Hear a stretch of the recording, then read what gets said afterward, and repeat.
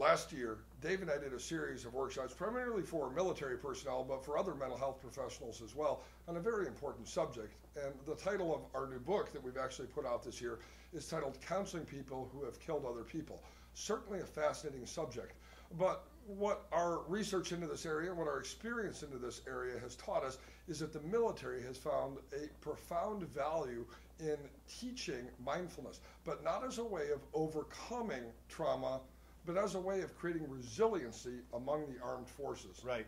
And one of the things that I was fortunate to have had a long practice in mindfulness.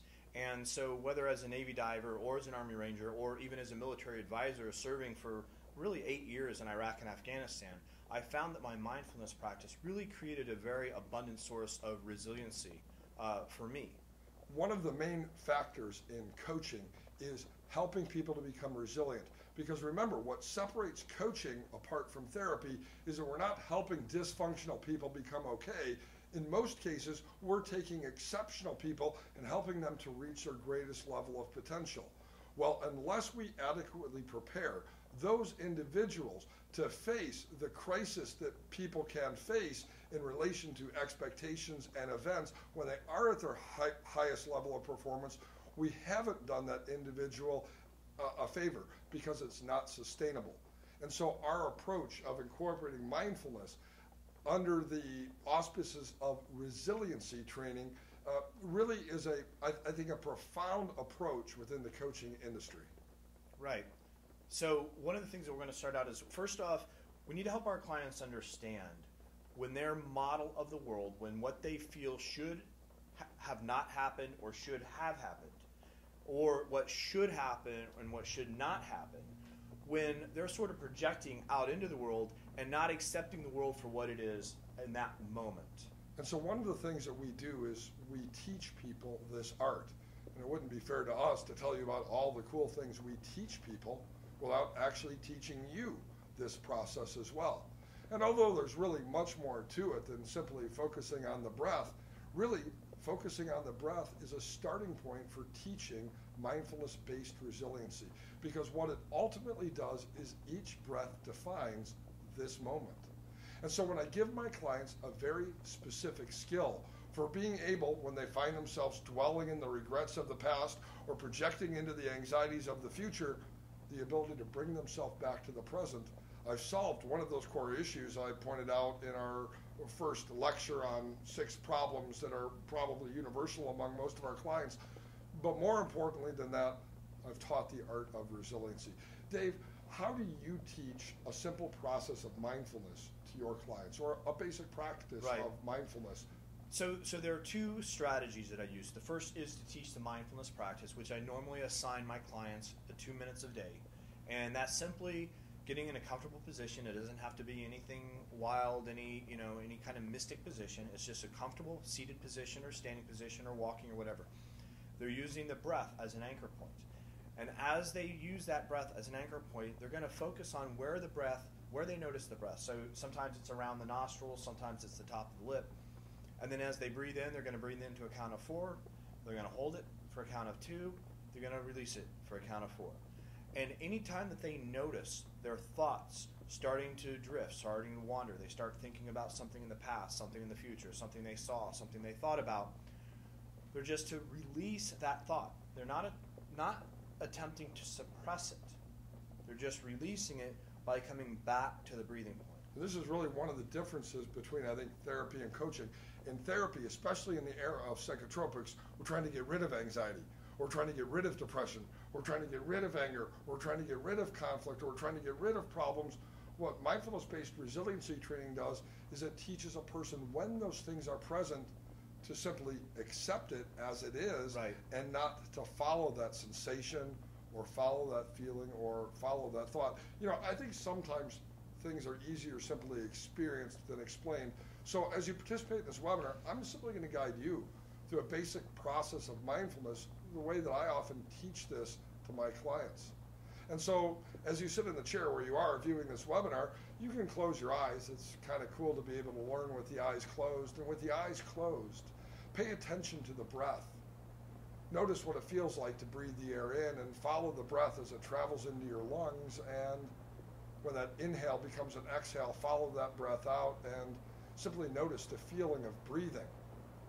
The reason why in mindfulness we focus on the breath is because the breath is always with us from the very beginning of life until the end of life, so it's accessible to all of our clients. And the other reason why we focus on the breath is because we breathe almost every day without ever thinking about our breath. And by choosing to deliberately pay attention to the breath with mindfulness, something we usually mindlessly do, it isolates this moment. And so breathe in, breathe out. Pay attention to the feeling of the air as it enters your lungs and the feeling of the air as it leaves. Become an observer of the breath. Really bring all of your attention and all of your focus to the breath. And now notice something. Notice that by becoming involved in the breath, you've set aside any thoughts that were distracting you from this webinar or from thoughts about yesterday or even obligations and the tasks of tomorrow.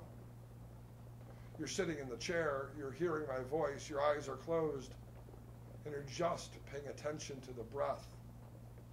And by doing so, you're able to fully be present in this moment.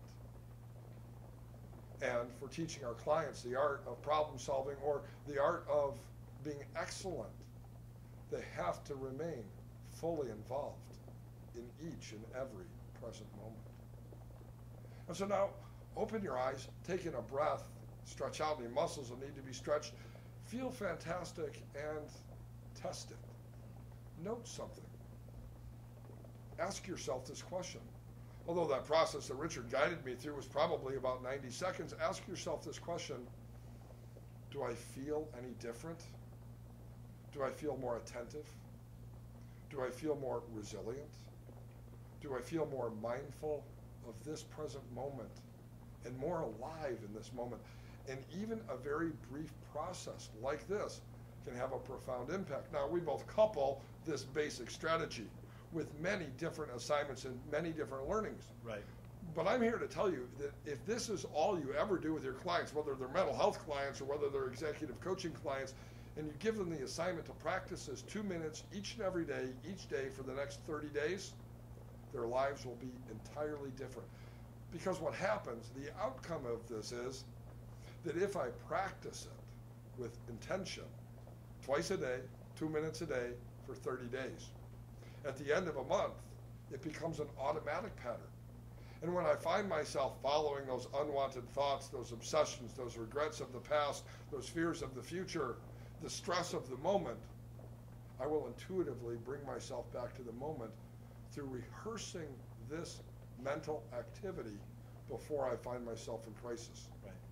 And so the second part of the mindfulness-based resiliency training that we're going to cover today is simply, if you remember on that chart I showed you with the recursive loop, meaning was one of the nodes there.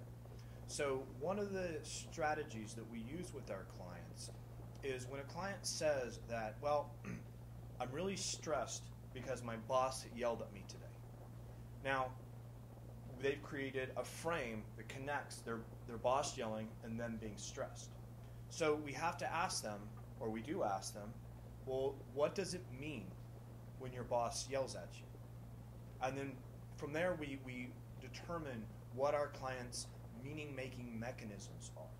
And the meaning that we attach to things is often much more traumatic or difficult for our clients than the actual events themselves. Exactly. And so when we can break these relational frames, and now some of you who are therapists are thinking to yourself, hey, this sounds a lot like acceptance and commitment therapy or the work of Stephen Hayes or even John Kabat-Zinn. You're probably right. In therapy, we've learned how to apply mindfulness-based stress reduction to therapeutic constructs, but we can apply the concepts of mindfulness-based resiliency therapy or resiliency training, like Dave has described, to helping our excellent clients continue moving forward in a state of excellence. Right. So once we ask them, what does this mean? And they tell us what that means. Either my boss doesn't like me, or I'm not a good employee, or whatever that may be. Then we can gently challenge their notion of meaning by asking them, how do we know, or how do they know that that's absolutely true? How do you know that's true that that's what that means? How do you know that it's true that your boss doesn't like you? Well, I mean, I don't, but he yelled at me. Okay, the third question is, what else could it mean? By the way, this questioning process is one that people who are familiar with cognitive behavioral therapy are probably already familiar with. And again, demonstrating again that the skills we have as therapists are skills like Dave is describing here that can be very useful in coaching. Right. And, when we look at the Stoics, and existentialism and Buddhist psychology, we can find that there's really nothing new under the sun. We're just reinventing and recreating. Right. So once we ask them what else could it mean, then we give them the option of choosing. And we say, what would be the most beneficial meaning for you? And in that way, one, by teaching them the mindfulness practice, how to note things and let them go. And then two, how to gently challenge their meanings and create more beneficial meanings. We're creating a sense of resiliency in a person where it's not, oh, a tree fell on my car, my entire day is going to be crap now, right? It'll just be, oh, a tree fell on my car. It's going to be inconvenient, it might be expensive, but it does not mean all of this, the tree fell on my car. That's it. And these ideas, again, are particularly useful if you continue to practice traditional psychotherapy. This model that Dave has shared in regards to mindfulness-based stress reduction is very useful. Putting it in the context, as we've articulated, of mindfulness-based resiliency training is an excellent model for coaching. And so you can see that some of these same skills that you already possess are easily translatable. By the way, I love giving you guys assignments because if you're participating in this third webinar, you're genuinely interested in the things that we've been talking about. I hope some of you, after week 2 assignment, found yourself on TV over the past week or so, or getting some media exposure. My assignment for this week, if you do nothing else in this webinar, practice that basic process of mindfulness with intention twice a day, 2 minutes a day. As a matter of fact, I'll even provide an MP3 right below. You can download it. It's right down there. It's a free gift for participating today. And it's simply a 3-minute process of me guiding you through that basic strategy. And you'll find that if you do that twice a day, each and every day, between now and our next session, 7 days from now, that the value will be self-revealing.